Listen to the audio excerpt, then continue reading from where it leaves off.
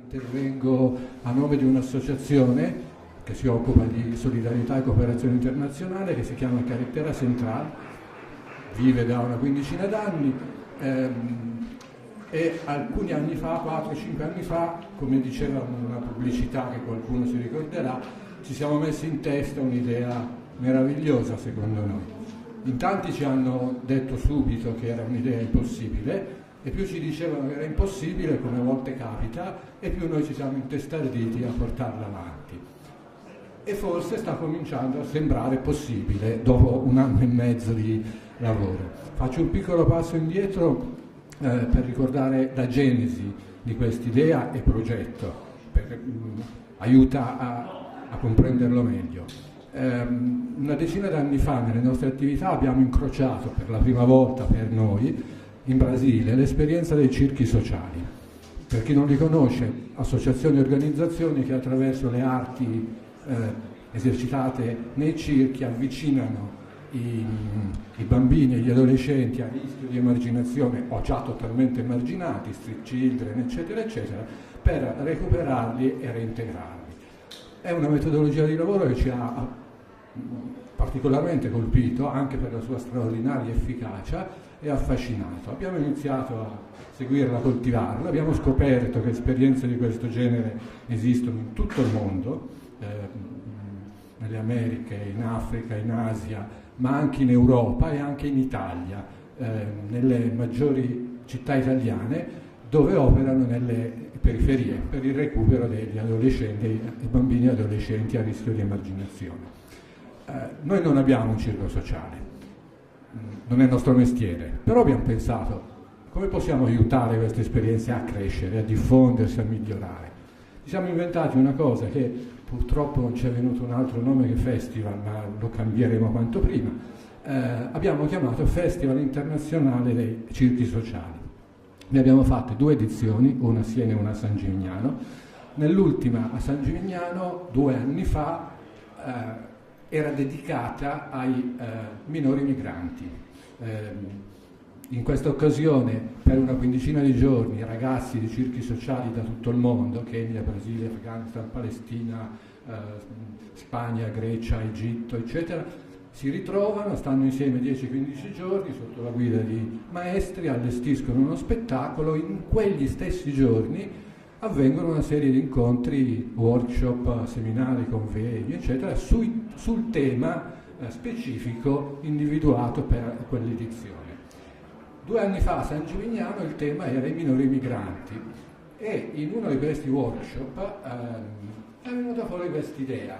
Ragionando di questo tema è stata fatta una riflessione banale, se volete, ma che per noi era nuova, e cioè che con qualche rarissima e sparuta eccezione nei paesi europei non ci sono legislazioni specifiche ad hoc mirate su questa particolare tipologia di soggetti. Si trovano sia a livello di singole nazioni che di atti a livello europeo, della Commissione, del Parlamento, del Consiglio, si trovano dei riferimenti, ma quasi sempre sono commi all'interno di ragionamenti più ampi che riguardano l'immigrazione piuttosto che i diritti dell'infanzia, eccetera, eccetera. Sappiamo che in Italia c'è questo iter particolarmente complicato recentemente di una legge che riguarderebbe anche questi argomenti, questi temi, ma in generale non si trovano riscontri da questo punto di vista. Forse potrebbe essere utile, quantomeno sul piano politico e culturale, se l'Unione Europea, come si è dotata nel tempo di una Carta per i diritti umani, di una Carta per i diritti del fanciullo, eccetera, si dotasse anche di una Carta per i diritti dei minori migranti non accompagnati, studiata, pensata e studiata specificamente, esattamente per questa tipologia di migranti. Teniamo conto che per esempio in Italia l'anno scorso, le cifre sono sempre un po' ballerine, ma si parla di 25.000 minori entrati in Italia e che nel 2015 2015, i dati del 2016 non so se esistono già, si parla di circa 5.000 minori arrivati in Italia e letteralmente scomparsi. E il sistema di accoglienza nostro italiano ogni anno si perde per strada, letteralmente si perde per strada 5.000 minori, di cui non si sa assolutamente nulla. Quindi è una questione che al di là cioè che non ha semplicemente un valore, non so come dire, simbolico e affettivo perché riguarda i bambini, c'è anche proprio un problema materiale. A partire da quest'idea iniziale, i soggetti che erano riuniti in quel workshop e dove è venuta fuori questa ipotesi, che cito per correttezza e giustizia, oltre all'Associazione Carretera Centrale, la Tavola Valdese, l'ASGI, l'ARCI, il settimanale Left, il CNCA e un consorzio di cooperative sociali che si chiama Nova, abbiamo iniziato, ci siamo detti, proviamo a fare questa cosa. Abbiamo cominciato a incontrarci, riunirci, iniziato a perfezionare l'idea, a cominciare a buttare giù i primi testi, correggerli, farceli girare, eccetera, eccetera. Nel dicembre scorso, con il supporto fondamentale del Comune di San Gimignano, siamo arrivati ad avere una primissima pre-bozza che abbiamo presentato in una piccola conferenza stampa. Ci serviva come primo momento di visibilità per poter far partire la fase successiva. La fase successiva ha significato iniziare a provare a coinvolgere alcuni parlamentari europei. Abbiamo cominciato con Elli, che non è stato, devo dire, particolarmente difficile coinvolgere. Ora abbiamo mandato un invito ad altri parlamentari. A questo proposito vi dico chi sono. La nostra idea è mettiamo insieme un piccolo nucleo, perché deve essere una cosa operativa, quindi non vogliamo fare un'assemblea di parlamentari europei, ma un piccolo gruppo operativo di parlamentari europei di diversi gruppi che crea in questa cosa e si prenda l'impegno di spendersi dentro il Parlamento europeo per promuoverla, sostenerla fino ad arrivare a farla approvare. Abbiamo per il momento, ci siamo rivolti oltre che ad Elli, alla Forenza, Costa, Chiesi, Chinnici e Gardini, e non me ne volete, insomma io stesso non me ne voglio da solo, faccio notare en passant che sono tutte donne. Non le abbiamo scelte in quanto donne, le abbiamo scelte andando a vedere nel sito del Parlamento europeo chi si occupa di che cosa, incarichi nelle commissioni, nelle sottocommissioni, eccetera, eccetera, e viene fuori che, come dire, parlamentari che seguono con più interesse concretamente questo tipo di argomenti e tematiche sono donne.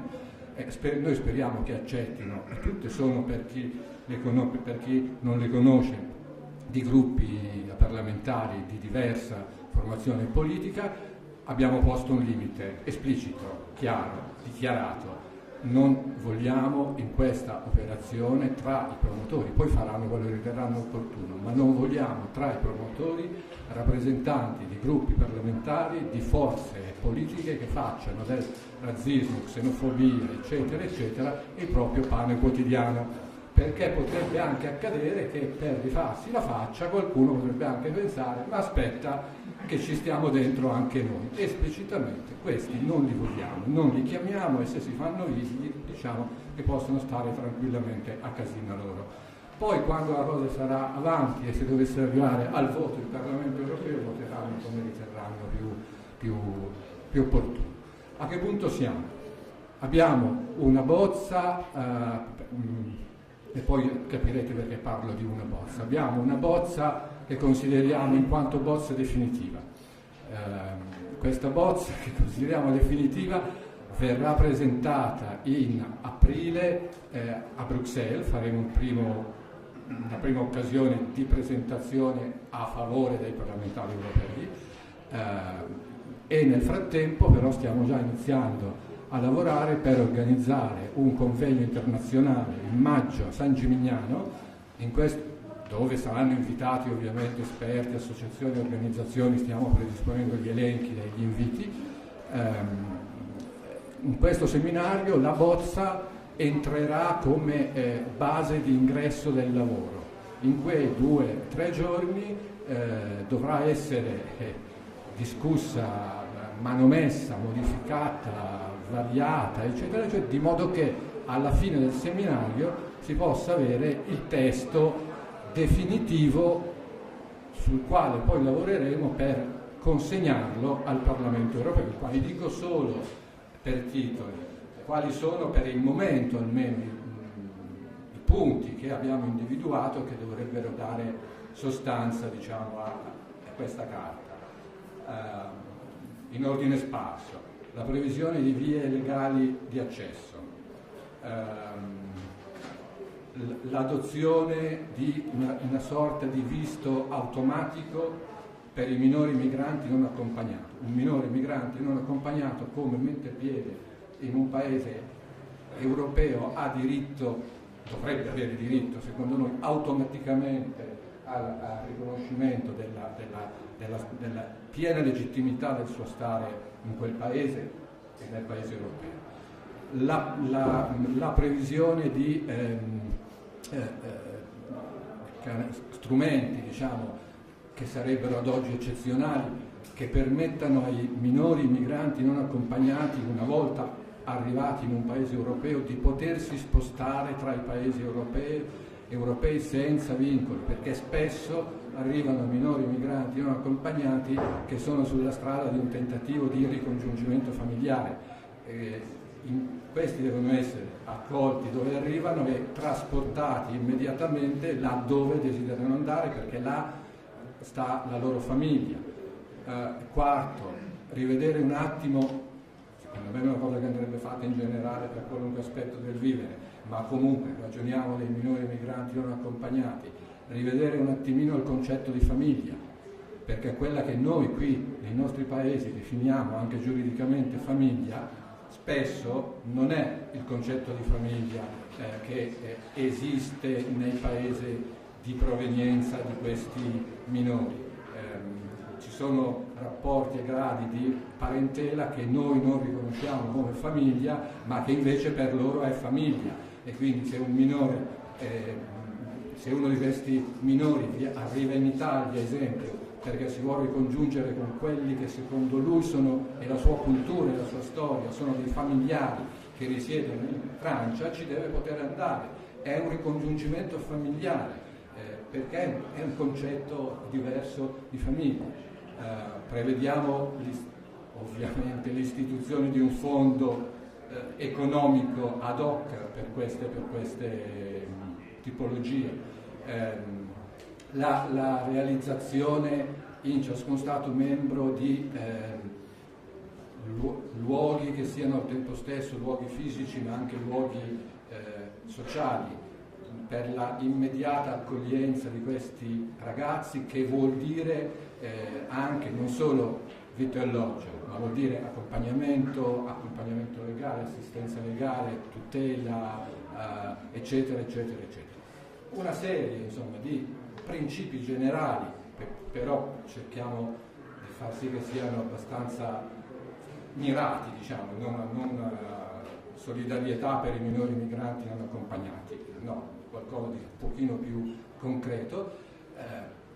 Niente, questa è la cosa a cui stiamo lavorando. L'auspicio che mi do e ci do il pieno spirito di questa Costituente è che, siccome questa cosa che finora ha viaggiato abbastanza sotto traccia, ma per scelta nostra, perché volevamo che in tutta questa fase preparatoria non si generassero, non fughe di notizie che non è un problema, ma non si generassero incroci che complicassero ulteriormente il percorso. È già stato molto difficile lavorare in una decina di soggetti, se fossimo diventati 30 o 40 non saremmo riusciti ad arrivarci in fondo. Però da questo momento parte il momento in cui mettiamo questo materiale a disposizione di chiunque se ne voglia interessare ed occupare, e chiediamo anzi a tutti di portarci, faremo un lavoro di comunicazione eccetera eccetera, di portarci e darci il proprio contributo. Vorremmo che quando dovessimo rincontrarci tra un mese, 2 mesi o 3 mesi, non ci chiedeste come va il vostro progetto, ma casomai ci chiedeste a che punto siamo col nostro progetto.